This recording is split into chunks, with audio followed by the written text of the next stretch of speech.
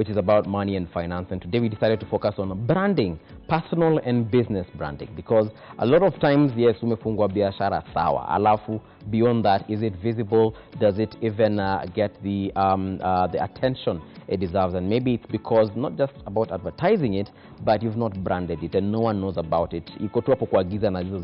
So how do you do that? So today I'm joined by Olive Gashara, who's an image and brand consultant, Hannah Mishuki as well, a branding coach, and Olga Neto from Neto Design House. Karibuni tena sana once again. Thank you. The conversation still continues as far as branding is concerned, and a lot of people are asking, how do I make my stuff unique? How do I how do I make sure that I stand out? And probably, Olive, I'll start with you. In terms of just, you said in the beginning, the walk, the talk. How, if I'm a comedian, for example, how does my walk make me, top of my game, for instance?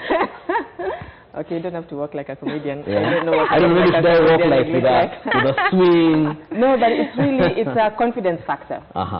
You want to walk and talk with confidence. When you interact with people, whether they're more senior than you, whether they're clients, whether it's the janitor, you want to be able to interact with them from a level of confidence and respect.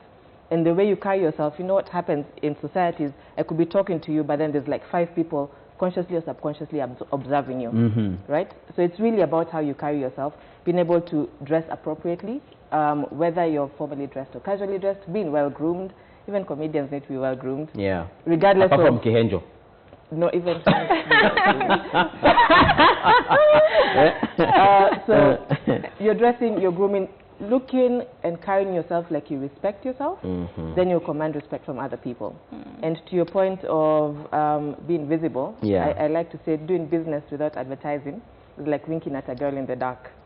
You know what you're doing, but nobody else does. So even with your personal brand, and now social media is there. 10 years ago, when some of us were trying to run businesses, there was no social media to leverage on, right? Very true. So now social media is there. So it's really about being very intentional about being visible, being active on these platforms, and not just being active, but being intentional about how active you are. Okay. Yeah, being intentional, Olga, that's a very interesting perspective. Being intentional in how you put out your business. But a lot of people think, even when it comes to, because you see the business, nowadays the business, boils down to the individual. If you look at big companies such as Coca-Cola, Safaricom, and so on, the big blue chip companies, they always stand out most of the times, and especially here in Kenya, because of, say, their CEO. We know SportPesa because of Karauri. We know Safaricom because of Bob Collymore, Michael Joseph, and then now again Michael Joseph. Right. Maybe people don't see that as part of the branding. So I would also think you need to incorporate signature. What is your signature when you're doing this? Do you put a touch to anything that you're doing? Something extra that will identify you from, because we are all in the industry doing clothes, for example. What is it that I do on my clothes that closes it, that makes somebody wanna identify it, that, oh yeah, this is a NATO, like definitely this is a NATO. So it's that touch, it's the signature, and being very deliberate on what you're doing so that it can identify to what you want people to see. For a very long time, whenever you'd hear of equity, you'd just remember James Mwangi. Is that also part of how probably now we need to refocus and look at branding? The thing is, people really like to associate with a person, a face. And when you're creating a brand, you want to put a face to it. There's so many companies who we don't know the owners, but in recent times, you've seen those owners, if they're alive, they've started to tweet about their products because they have seen the power that is in people associating that product with this person. So what happens with equity is James becomes the steward of the brand. And in a company you'll have stewards of the brand, you'll have the brand champions, you'll have the brand ambassadors, who should be all the employees of your company. By the way, become brand ambassadors. So that's something you should be training them to become brand ambassadors. But then, people want to see a face. And if you just keep pushing products to them and they don't see who they're relating with, it could be a robot. It could be a robot. And so people really want the physical touch and the emotional touch as well, because people want to know that you feel them, that you know what they are going through. And that's why when you're creating a brand, I want to deviate a bit, when you're creating a brand, that's why it's very important for you to be involved in the local community and in CSR, like to even be physically there to help children's homes, to do something, sweep the streets or something, because people want to associate, people feel good when your product is, has an emotional connection with them. Okay. Yeah. Quite interesting. Hapo kwa kusweep watu wengi hawawezi. Kuna watu hawajaifagia, unfortunately. Looking at you know what you said earlier on about just being able to be being able to think about your brand differently. A lot of people would be thinking, okay, I own a catering business. I have employees, maybe about 10. They're the ones who cook, they're the ones who deliver the food to the clients, they're the ones who serve at the weddings and so on and so forth. Sasa, how beyond that, what other branding can I do? I've already given them the kofias, imeandikwa Mongala, you know, catering, t-shirts, imeandikwa Mongala, catering. What else can I do? So branding is about experiences, really. There's some ice cream shop that opened the other day. I remember when it was brand new, when you walked in, when they're making their ice cream things, they would start singing and like chanting, and then you'd see children sort of like jumping up in such excitement. They don't have to do that. But then just because they've done that, they've created a different experience. So yes, if it's a catering company, as per your example, when people are experiencing your food, is there anything else to it? Or is it just some random boda guys who to pass it? Whether you eat mchele in Nairobi or mchele in Koso, it's, unless now, I don't know, I start making it carved. I don't know. I know, right? So you can deliver mchele in a plastic container and charge 50 bob for it. Okay. You can brand it and package it nicely, put in nice forks, have the guy who delivers it brings it to you and says, you ordered for rice and stew, here it is. Delivered by beautiful babe cheap. There's a complimentary small water, and then you can charge 150 for it. Instead of 50 bob. Instead of 50, that's same right. So it's really about the experience in the service delivery. And that also increases my actually the value of my product. The equity. Just because of the brand experience, equity. Right? Because like I said, all the products are the same. Rice is rice. I get, you know, one of those beautiful waitresses to come and sing for you as they deliver the food. You know, things like those. Because someone can buy rice for 1,000 shillings, you can buy rice for 10 bob. It's really a matter of what is around the rice. Coffee is coffee. You can pay $1 is 100 shillings. Yes, for just regular coffee. But then when it says Starbucks, what do you think? Becomes, when it says at cafe, $5. the thing says at cafe, it becomes $5. Wow. You know, in regards to that, the way, you know, do you think that maybe nowadays a lot of people rather, as we call them, they now even look at the kind of people who are serving their customers. They need people of a certain color, a certain height, a certain gender even. Like there are places which utapata tu ni wanaume na watu wameenda gym. Unashanga. Just know the places you go, or you go to a certain place, an establishment, and all the people who are serving there are beautiful women of a certain height. You'd think they're all Rwandese. I mean, is that also part of? That is part of it. I had a club once, and a club? a nightclub. So these are some of the response that I'll get from my clients later. Like, I think we need the other lady that left. It's not because this is everything to them, but I think clients also like how they are being handled.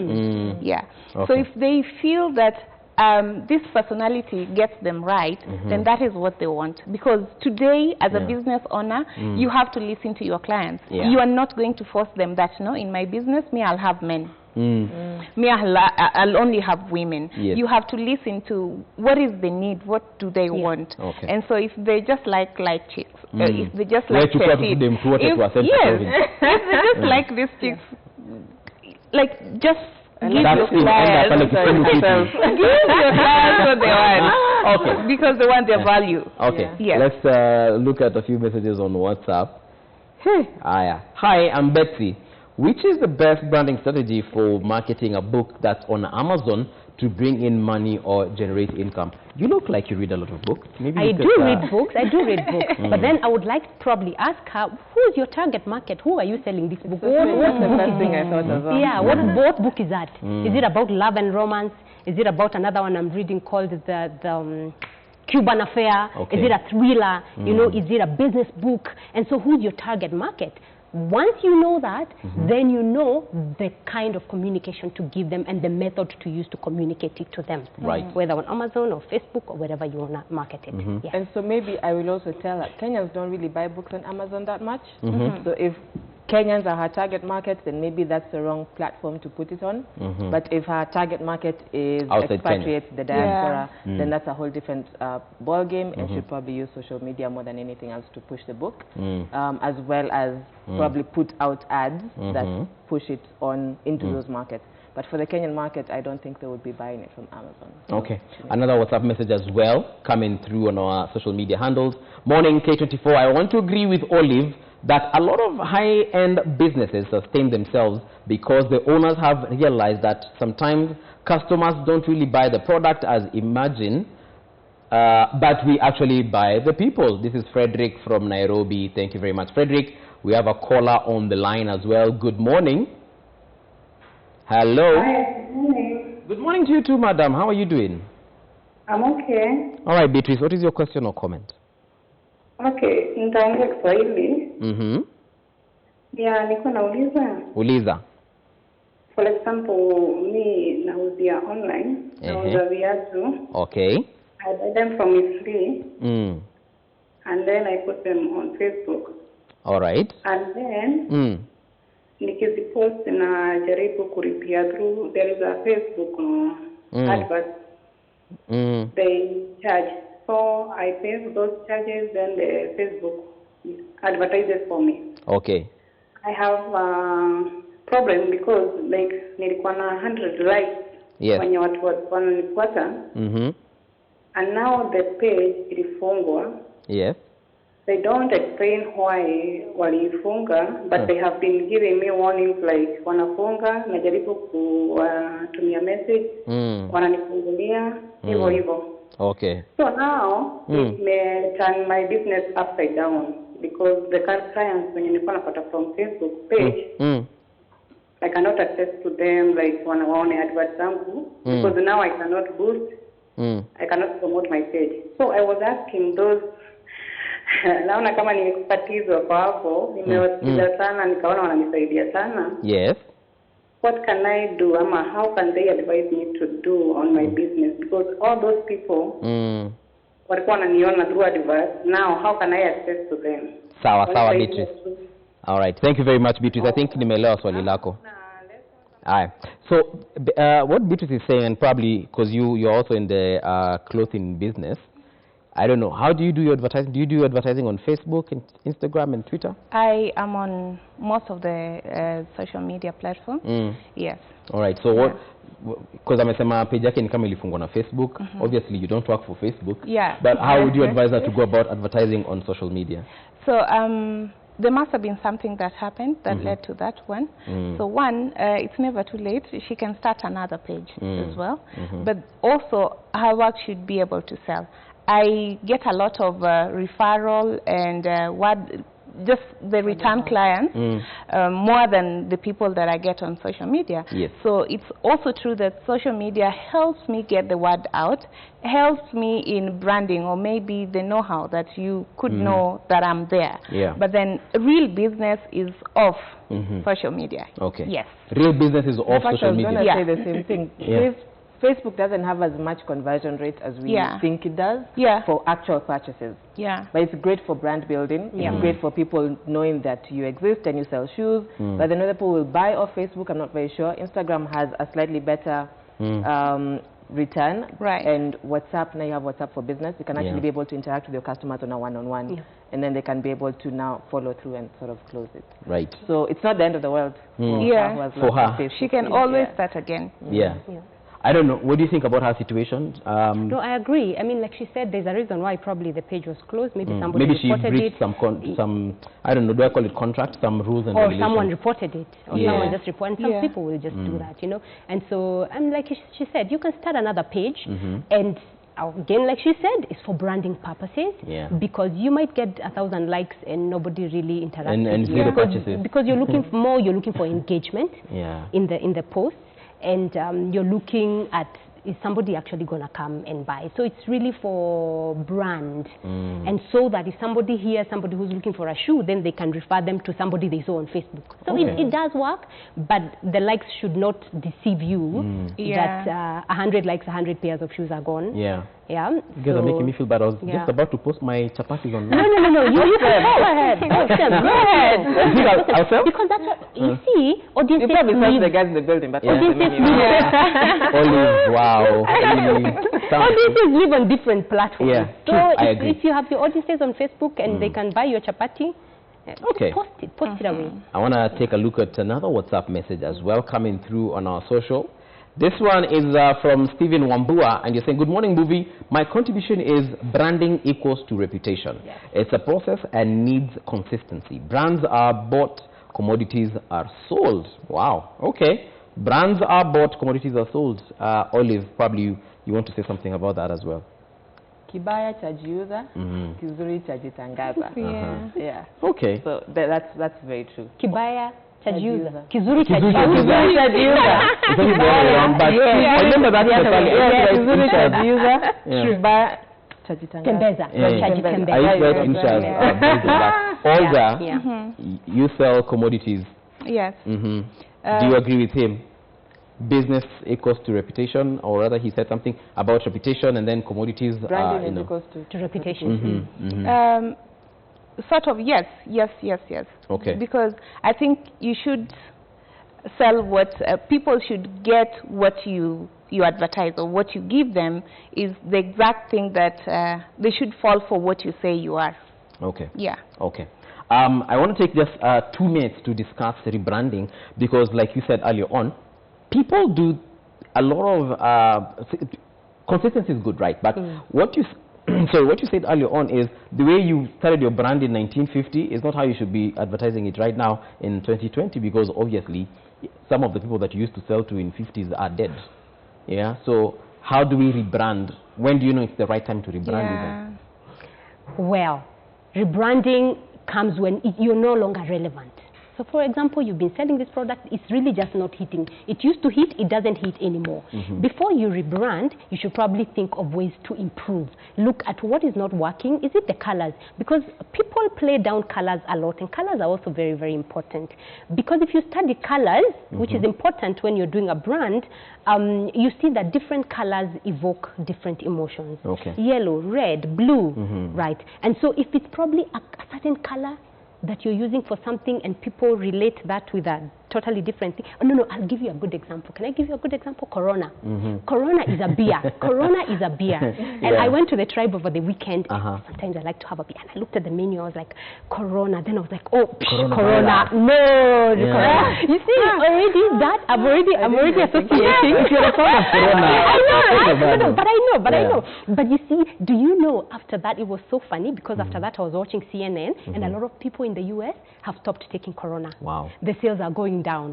But so is it time for Corona to rebrand? No. It's not time for them to rebrand, but it's a brand association. Okay. So going back to your rebranding, if you feel like now your brand has gotten to a point where people associate it with something totally different, and there's no way you're going to sell it, there's no way you're going to break it into the market, then probably it's time for you to rebrand. All right. Or just improve a few aspects of the brand. Improve the image, maybe. Yeah, I think I'll take it from a personal branding perspective. It's always important as a human being, you go through different phases. And as you go through different phases, you should also reinvent yourself, and as such, reinvent your brand, right? So even like for me, when I started with a modeling agency, we were in fashion, and then at some point when I got more into entrepreneurship and business, I had to intentionally rebrand myself away from just being a fashion person, or then I coined the name fashionpreneur, or so it's somewhere, I don't know, to being an entrepreneur. Okay. And sometimes it takes a process, it takes some time, but then as you evolve in your personal life or in your business life or in your career, then you also need to be able to reinvent your brand and reinvent how people see you. Okay. Even I'm sure when you started, you didn't start on TV. No. I was a comedian on some stage somewhere. Right? Okay. But yes, I get that. So comedian on some stage somewhere, by the time you're getting onto TV, you need to start being taken seriously, so you need to change how people perceive you. Okay. So as you go through the different cycles, it's important to also change or tweak your brand communication slightly to be able to be at par with where you are. So I like to say branding is not a destination, it's a journey. Yeah, all right. It's not something that has an end game. Okay. It keeps changing as you grow. Okay. Personal branding. Thank you very much, ladies, for gracing this set. Olga, we've come to the end of the show. Maybe, hey, last remarks, 30 seconds, maybe. I think when it's put yourself first, you are the first brand. Okay. If you're selling clothes, as I do, wear your outfits. Sell yourself to the people first. Yeah. So like every day, walk the talk. Okay. Yeah. And then do not be afraid to fail. Yeah. Through failure, you also learn. Okay. And do not be afraid to get to greater heights, because you never know. There could be another door there. Okay. Yeah. All right. There you have it. Consistency is everything, and don't be afraid of greater heights, because again, milango zinakwanga kwa juu kwa mawingu. Thank you very much, of course, for your interaction. In case you need to talk to any of these ladies, let us know. We shall definitely put you in touch with them. You can find us through Facebook, Twitter, Instagram, WhatsApp, and our SMS line as well. Right now, though, on behalf of Jeff Mote and Shiko Kaitanish, nasema kwaheri. Coming up next.